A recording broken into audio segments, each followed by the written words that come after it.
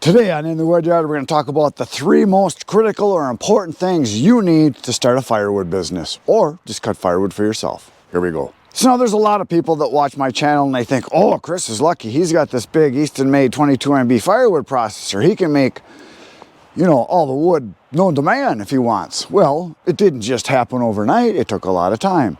When I started out, I started with one small 50cc chainsaw, a splitting maul, and a small truck. That's all I had. Those 3 things. And in my opinion, those are the only things you need to get started. Now, a lot of you already have a truck. So if you got a truck, that's great. And I would pick a truck any day over a tractor, a side-by-side, an ATV.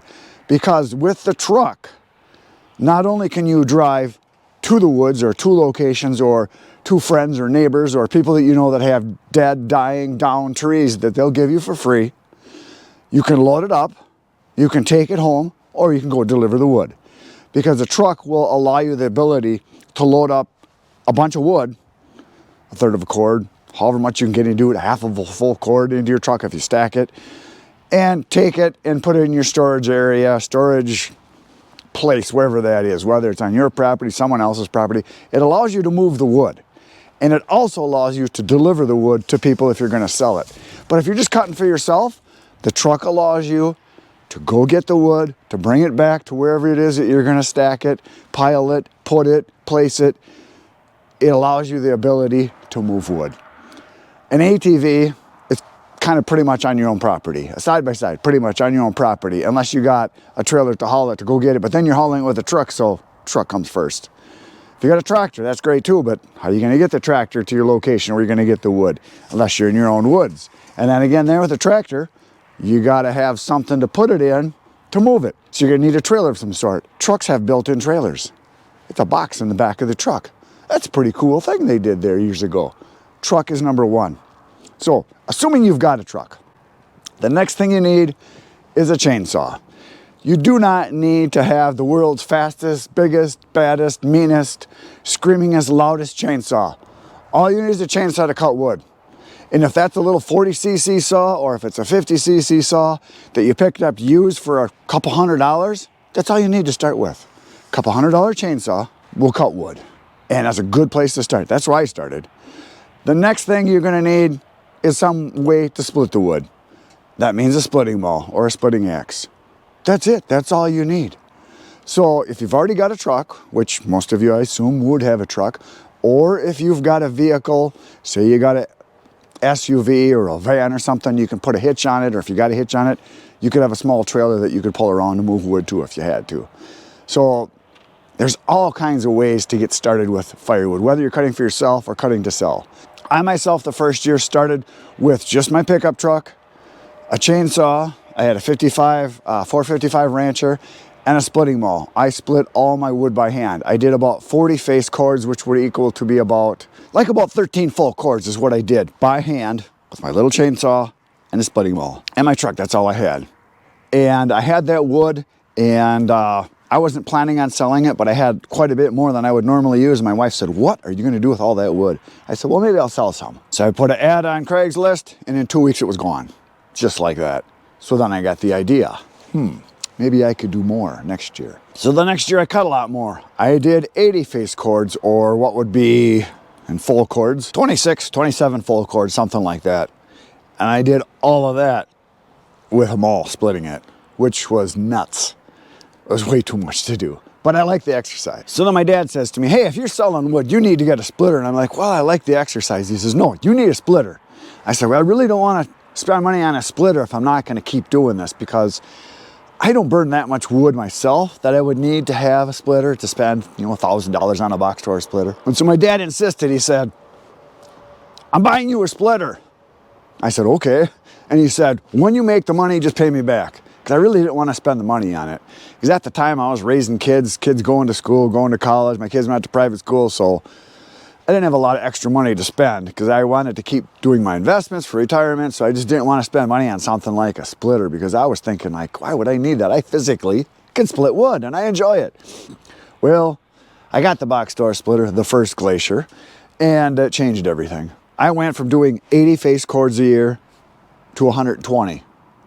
And then the next year, I went to like 180 face cords, which is like 60 full cords. And then the next year I did over 200 with a box door splitter, which was slow. So you don't need one of these to start with, but that's the goal. You want one of these. This thing is awesome. We could do a truckload of wood in one day, semi-truckload, like 12 to 14 full cords in a day if we want. Cut, split, throw it in a pile. It's awesome. But that's not where you're gonna start. Well, unless you want to.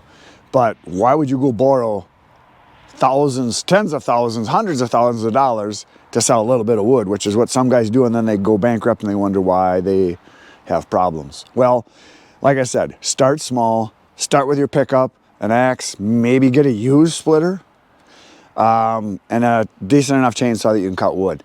And then develop your customers first before you start spending money.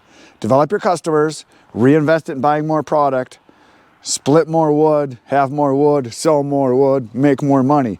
Just keep growing it. That's what I did. And I'm not saying that you can't buy big equipment. If you got lots of money to spend, go for it. It's awesome to have big equipment. I now have a truck that I bought since then that was bigger than the one I had.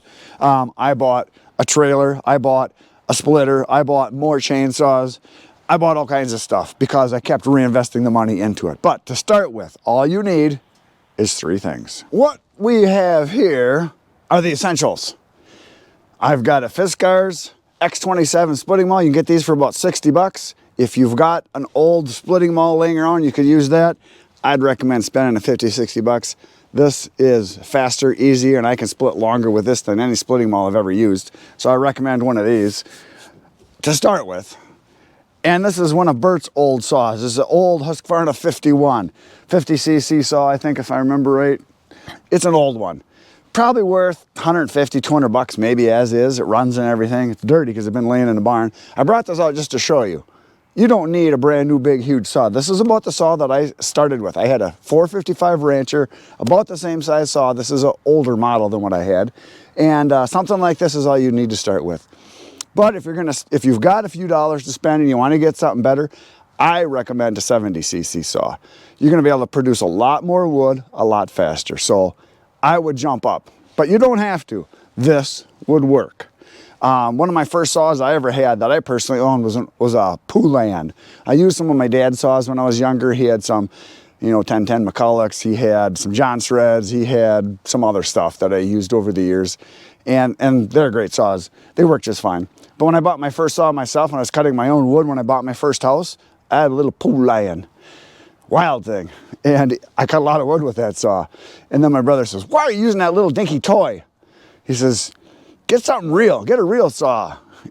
He used to call it the weenie saw. "Why are you using that little weenie saw?" I said, "Well, it cuts wood." He says, "Try a real saw sometime." And I thought, well, he's probably right. So then I went and I bought a 455 Rancher. That was, 20 years ago, however long it was when they came out. And I was like, wow, it cuts a lot better. And he said, "That's still a weenie saw. That's still only a 50cc saw." He says, "Get a 70. Well, and then one time I was cutting with my brother Eric, and he had just bought a brand new 70cc saw. He had a 576, and I had never ran one that size before, and my eyes were opened. It was unbelievable how much faster, how much more wood you can cut getting a bigger saw. So my recommendation, use what you've got, buy what you can afford, and then once you make a few dollars, invest in a bigger saw. The bigger saw should be like one of the first things that you upgrade, besides your splitting maul.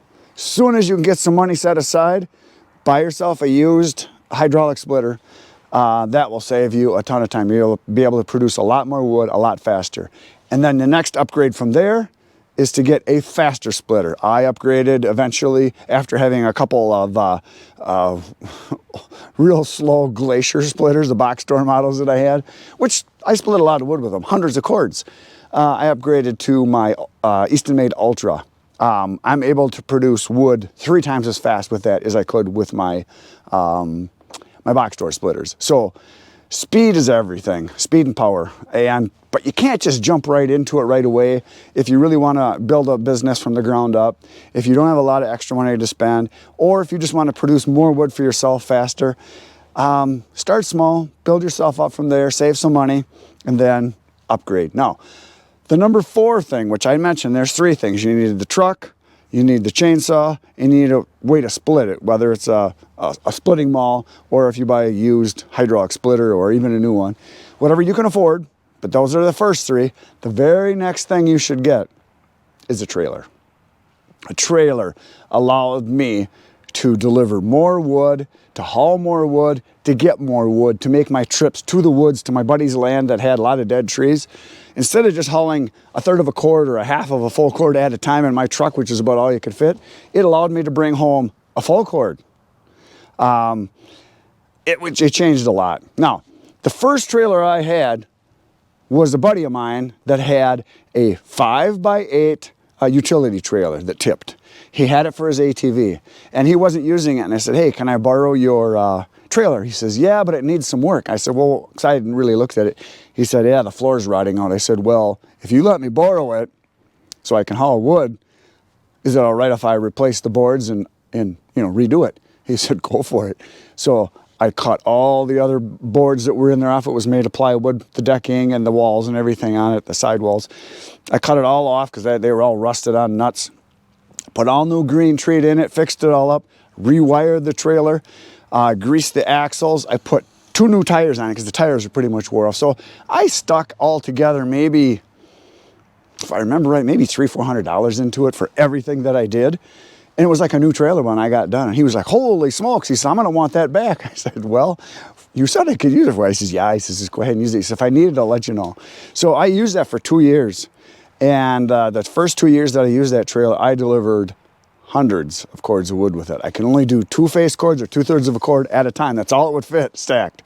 And I did a lot of deliveries with that trailer. And I borrowed it from him, basically just stuck the money into fixing it up with the wiring, the tires, making sure the axles were greased, and redoing the bed on it, the box.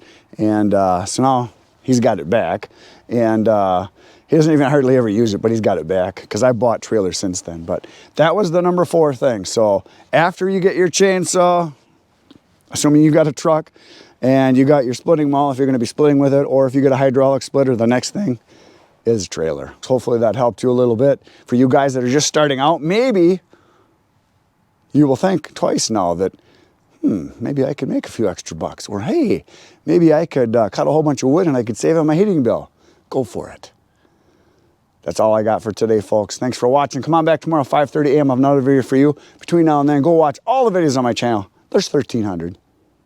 Yes, 1,300 videos. Good night, Irene.